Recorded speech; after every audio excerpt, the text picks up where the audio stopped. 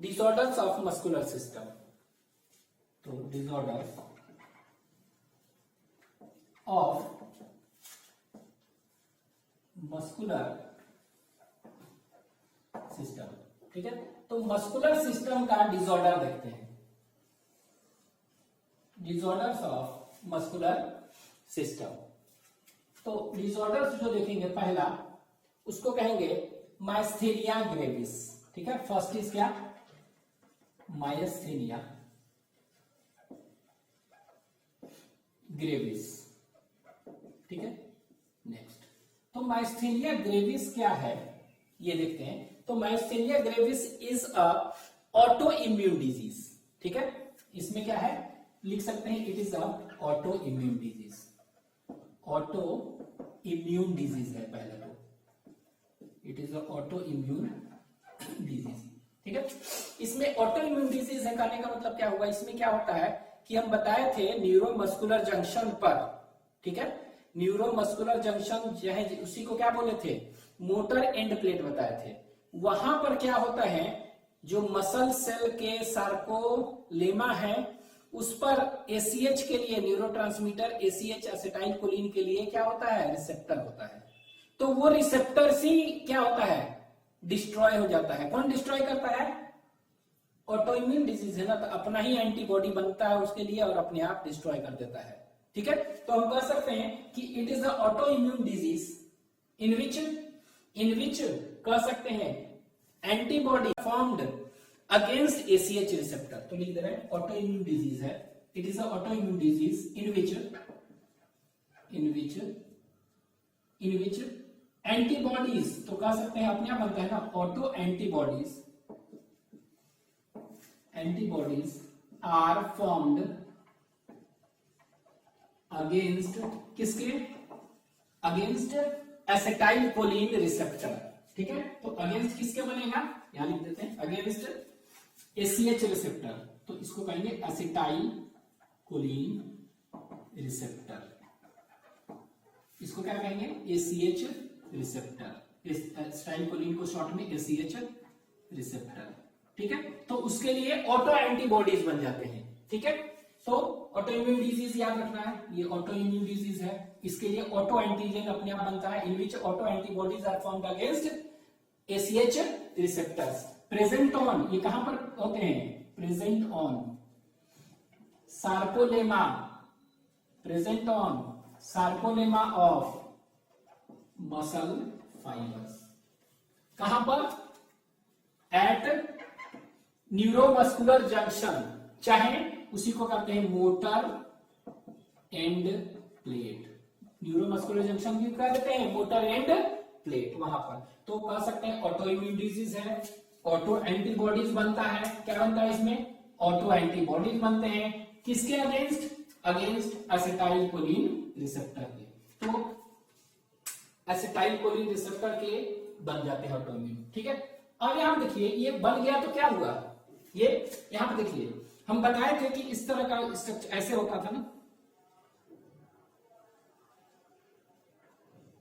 ऐसे, ठीक है।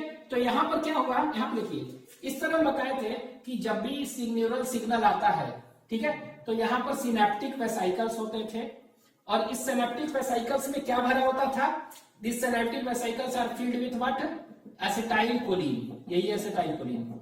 और ये एसिटाइल कोलिन क्या होता था, ये एसिटाइल कोलिन, ये जो synaptic vesicles containing acetyl choline, ये धीरे धीरे माइग्रेट होके कहां आते थे, यहां आते थे, और यहां पर क्या हुआ, आकर, और ये जो भी था कंटेंट एक्सोसाइटोसिस से क्या हो गया, यही आया यहां पर, मूव किया धीरे धीरे, और ये मूव करके कहां आ गया, ये यहां पर आ गया, और ये जो भी था कंटेंट अपना क्या हुआ, एसिटाइल कोलिन जो भी है उसको एक्सोसाइटोसिस से निकाल दिया बाहर, एक्सोसाइटोसिस हुआ, और ये कहां पर, सिनेप्टिक क्लेफ्ट बताए थे यहां पर। और इसी के बगल में क्या है, यहां पर इसी के बगल में हम बताए थे क्या होता था, इसी के बगल में हम बताए थे कि यहां पर होते थे मसल फाइबर्स, ये है मसल फाइबर है, तो ये मसल फाइबर है, this is muscle fibres, muscle fibres. और ये बताए थे कौन सा है, मोटर न्यूरॉन का टर्मिनल, एक्सन टर्मिनल, ठीक है, ऑफ कौन सा, मोटर न्यूरॉन का। तो मोटर न्यूरॉन जो सीएनएस से लेकर आ रहा है, ठीक है, मसल के पास, ये दोनों का इस तरह होता है।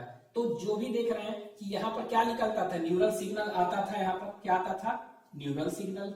कहां से आता था न्यूरल सिग्नल? बाई कह सकते हैं सेंट्रल नर्वस सिस्टम से, सेंट्रल नर्वस सिस्टम से आ रहा है। और ये क्या हुआ, ये क्या कहते हैं इसको, सिनैप्टिक वेसाइकल्स है ना। तो ये सिनैप्टिक वेसाइकल्स जो हैं उसमें क्या भरा हुआ है, एसीएच। तो इसका क्या करता है, ये देखेंगे जैसे न्यूरल सिग्नल्स वगैरह आएगा, यहाँ पर कैल्शियम चैनल्स वगैरह होते हैं। क्या होते हैं इसमें, बहुत सारे चैनल्स हैं। तो कैल्शियम चैनल्स वगैरह ये सब क्या हो गया, ओपन हो गया, और धीरे धीरे अंदर आने लगते हैं कैल्शियम आने लगा। और ये कैल्शियम आने लगा तो ये कैल्शियम क्या कर देगा आयंस, ये it will cause the extrusion of this synaptic vesicles towards the surface. और ये धीरे धीरे फिर क्या कर देगा, बाहर एसीएच जो है, ये है ना एसीएच, तो एसीएच का क्या कर देगा, ये रिलीज कर देता था। क्या है, रिलीज ऑफ एसीएच इन कहां पर, इसको कहते हैं सिनैप्टिक क्लेफ्ट कहते हैं। कहां पर, सिनैप्टिक क्लेफ्ट जगह को कहते हैं यहां पर। अब यहां पर क्या होता है, ये देखिए मसल फाइबर का ये क्या है, सार्कोलेमा है, सार्कोलेमा।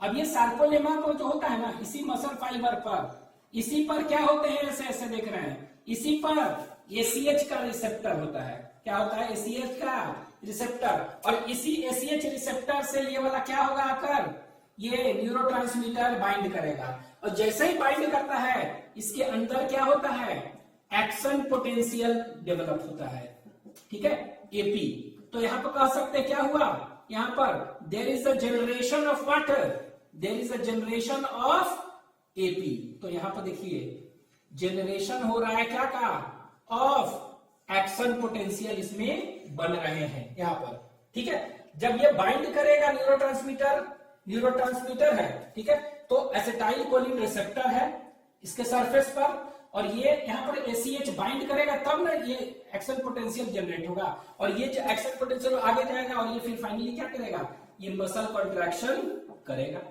ठीक है। लेकिन अभी हम बताएं कि ये कैसा है, ऑटोइम्यून डिजीज है, जिसमें कि autoantibodies are found against ACH receptor. तो एसीएच रिसेप्टर के लिए क्या होगा, एंटीबॉडी बन गया, उसको डिस्ट्रॉय कर देगा। तो डिस्ट्रॉय कर देगा तो क्या होगा, डिस्ट्रॉय कर देगा तो एक्शन पोटेंशियल नहीं बनेगा, new impulse not generated, muscle contraction नहीं होगा, फेल हो जाएगा, ठीक है। तो कह सकते हैं autoimmune disease in which autoantibodies are found against acetylcholine receptor present on sarcolemma of muscle fibres at motor end plate. ये वाला जो होता है जंक्शन, इसको क्या कहते हैं, this junction is known as motor end plate. और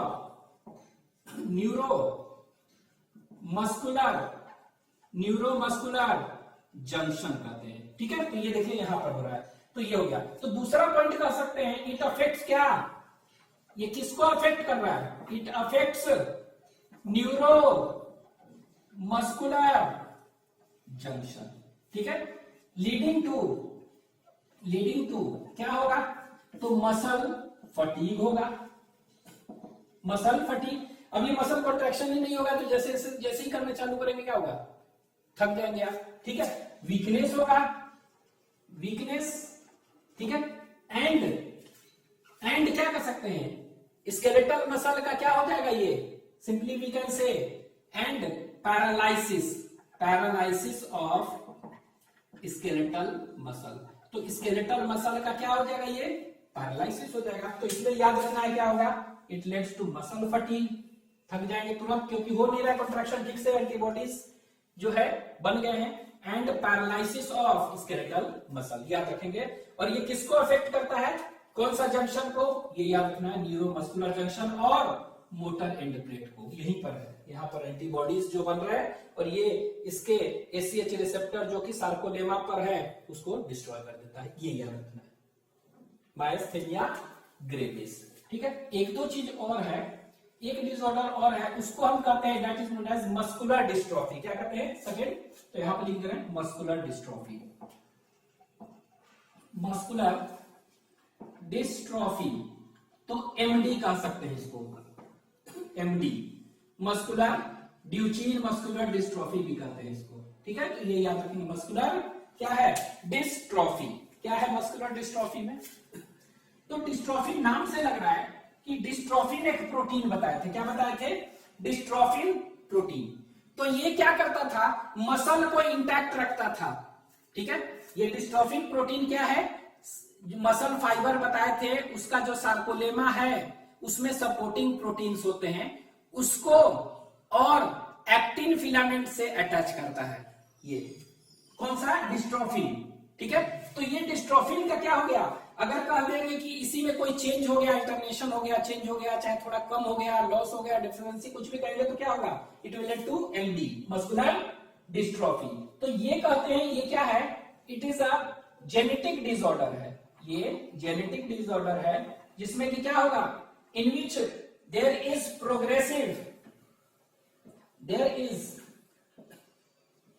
प्रोग्रेसिव तो ये क्या कर रहा है? ये हम बताए थे ना, मसल सेल को पकड़ के रखता है ना। ठीक है, मसल फाइब्रिल्स वगैरह जो है उसको पकड़ के मसल सेल में रख रहा है, तो ये क्या करेगा? नहीं रख पाएगा। तो there is a progressive degeneration of किसका? Of skeletal muscle. तो पकड़ के नहीं रख पाएगा तो क्या हो जाएगा? प्रोग्रेसिव डिजेनरेशन हो जाएगा ऑफ स्केलेटल मसल। तो यहां पर देखिए, यहां पर है मसल फटीग होगा। क्या होगा? वहां मसल फटीग हो गया, थक जाएंगे तुरंत क्योंकि ट्रांसमिशन हो नहीं रहा है। ठीक है, यहां पर क्या होगा? मेनली मसल कंट्रैक्शन रुक जाता है ना, no muscle contraction, action potential नहीं बनेगा तो क्या होगा? No muscle contraction. तो यहां क्या हो गया? यहां पर progressive degeneration of skeletal muscle होगा, ये याद रखना है। ठीक है, ये हो गया मस्कुलर डिस्ट्रोफी। दूसरा एक है टेटनी, एक टर्म है टेटनी। तो टेटनी क्या है? टेटनी क्या होता है? इसको कहते हैं that is known as wild contraction. ठीक है, वाइल्ड कॉन्ट्रैक्शन कहने का मतलब क्या हुआ? स्पाज्म हो जाए एकदम रैपिड। तो रैपिड स्पाज्म, रैपिड एसपीएसएम स्पाज्म, और वाइल्ड कॉन्ट्रैक्शन कहते हैं इसको, कॉन्ट्रैक्शन ऑफ किसका? मसल्स का। तो मसल्स क्या हो गया? रैपिड एकदम स्पाज्म हो जाए, चाहे वाइल्ड कॉन्ट्रैक्शन हो जाए ऑफ मसल्स। इसी को हम क्या कहते हैं? इसी को हम कहते हैं टेटनी। ठीक है, टर्म को। और ये क्या होता है? इट इज ड्यू टू, आप कह सकते हैं ये किसके चलते होगा? It is due to hypocalcaemia. ठीक है, हाइपोकैल्सेमिया मतलब क्या हुआ? कह सकते हैं कि low calcium level in body fluid में क्या हो गया? लो कैल्शियम लेवल है, तो इसके चलते होगा। ठीक है, और कह सकते हैं और ड्यू टू ये तो है ही हाइपोकैल्सेमिया, और दूसरा रीजन हो सकता है क्या? नॉन फंक्शनिंग और under functioning of parathyroid gland. ठीक है, अंडर फंक्शनिंग ऑफ